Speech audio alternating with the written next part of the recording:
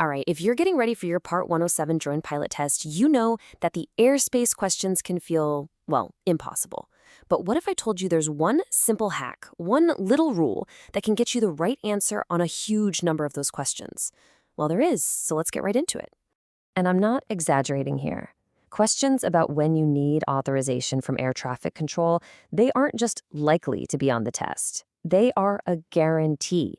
So getting this down isn't just a good idea. It's absolutely critical if you want to pass. Okay, here it is. This is the whole secret. The BCD rule. That's it. Bravo, Charlie, Delta. If you plan to fly your drone in any of those three airspace classes, you have to get authorization from ATC. End of story. It doesn't matter how low you are, just burn BCD into your brain, and you're already halfway there. So let's really dig into that. The BCD rule is basically our yes list. These are the zones where if you ask, do I need permission to fly here? The answer is always, always yes. This chart breaks it down perfectly. Class Bravo, that's for the biggest airports in the entire country. Think Chicago O'Hare or Atlanta. Class Charlie is for other big airports that have radar. And Class Delta is for airports that have a control tower. Now, they're all different sizes, but for us drone pilots, they have one thing in common. Authorization is required. No ifs, ands, or buts. So we have our yes list, B, C, and D. Now, what about the no list? Because knowing where you don't need to ask for permission is just as important. It's the other side of the coin. I love this comparison. Class G is like the Wild West. It's uncontrolled, and frankly, it's where most of us will be doing our flying. No authorization needed. Simple. Now, Class E, that one's the curveball. It is technically controlled airspace, but, and this is a huge but for us, that control usually starts way up high, far above where we're flying. So for your test, remember, G and E are your no-go for authorization answers. Okay, so you've got the B, C, D rule down. You know G and E are usually fair game. Now it's time to level up. The FAA just loves to throw in these special use areas, the gotcha questions designed to trip you up if you're not ready for them. When you look at a sectional chart, you've got to know what these mean. The big ones to watch for are prohibited areas, marked with a P. That means no flying, ever. Think of the airspace over the White House. Then you have restricted areas, marked with an R. You might be able to fly there, but only if the area isn't hot or active, with something like military training. For any of these, you have to check the notes on the chart to see what the rules are. And that leads us to probably the single most important habit you can build as a pilot.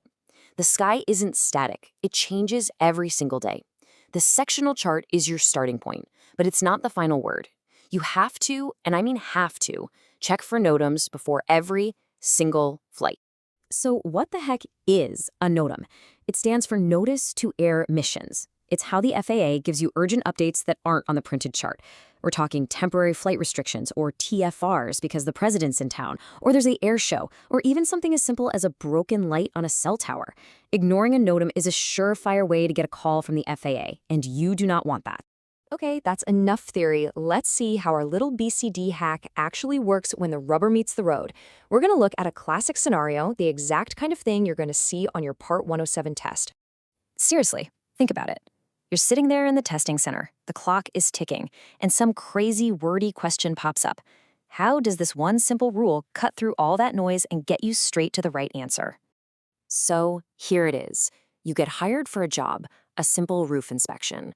You're not going high at all. You're going to stay below 200 feet. The catch? The building is right next to a Class D airport. So what's the verdict? Do you need authorization, or are you good to go? The answer is a huge, flashing yes. And this is why our rule is so powerful. The FAA puts that below 200 feet detail in there to trick you. They want you to think, oh, I'm flying low, it's fine. But you know the BCD rule. It doesn't matter if you're at 200 feet or 2 feet off the ground. If you are inside the boundaries of Class D airspace, you need authorization. The type of airspace is the only thing that matters, period. So look, you've got the BCD rule in your back pocket. That's going to help you crush the test. But being a real pilot is about way more than that. It's about a deep commitment to safety. So I'll leave you with this. What's the one thing, beyond all the rules on the chart, that you have to check to protect yourself, your drone, and everyone else on every single flight you take? That's the question a pro asks.